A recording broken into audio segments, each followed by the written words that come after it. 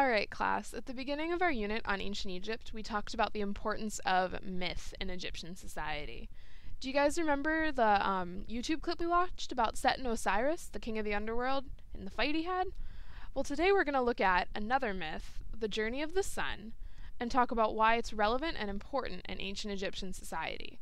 This is going to prepare you guys for your myth projects that are coming up soon. So take a listen, and here's the story. In traveling across the sky, Ra brings light to the earth, sustaining all things that live there. He reaches the peak of his strength at noon, and then ages and weakens as he moves towards sunset. In the evening, Ra takes the form of Atum, the creator god, oldest of all things in the world. According to early Egyptian texts, at the end of the day he spits out all the other deities, whom he devoured at sunrise. Here, they represent the stars, and the story explains why the stars are visible at night and seemingly absent during the day. At sunset, Ra passes through the Akhet, the horizon in the west.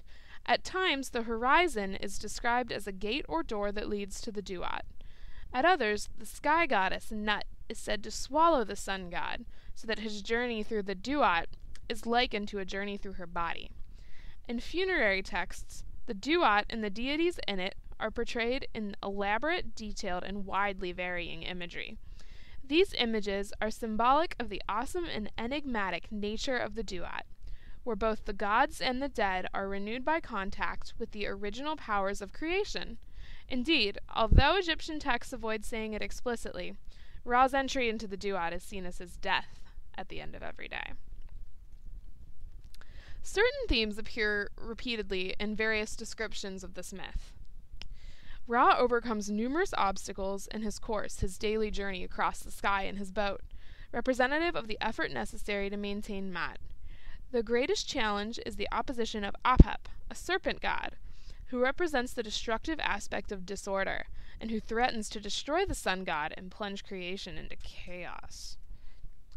In many of the texts, versions of the story, Ra overcomes these obstacles with the assistance of other deities who travel with him.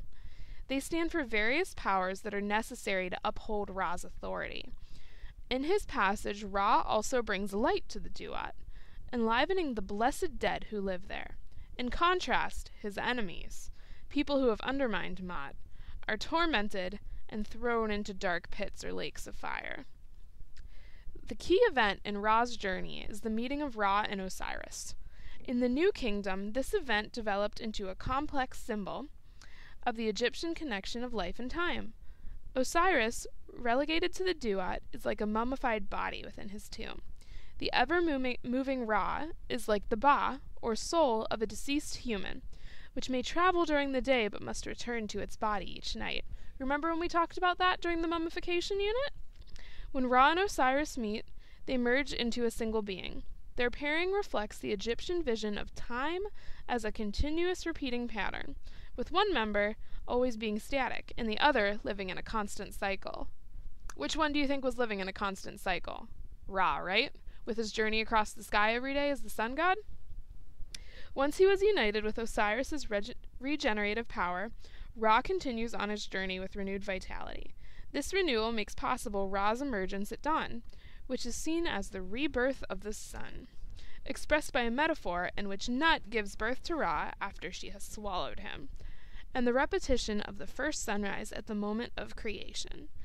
At this moment, the rising sun god swallows the stars once more, absorbing their power. In this revitalized state, Ra is depicted as a child, or as the god Khepri, both of which represent rebirth in Egyptian iconography. So here's another story as to why the sun rises and sets every day. Pretty interesting, right? I mean, I'm sure you've maybe thought about that before. So what I want you guys to do is look at the notes that you've made on it, and maybe think about how you would express a myth.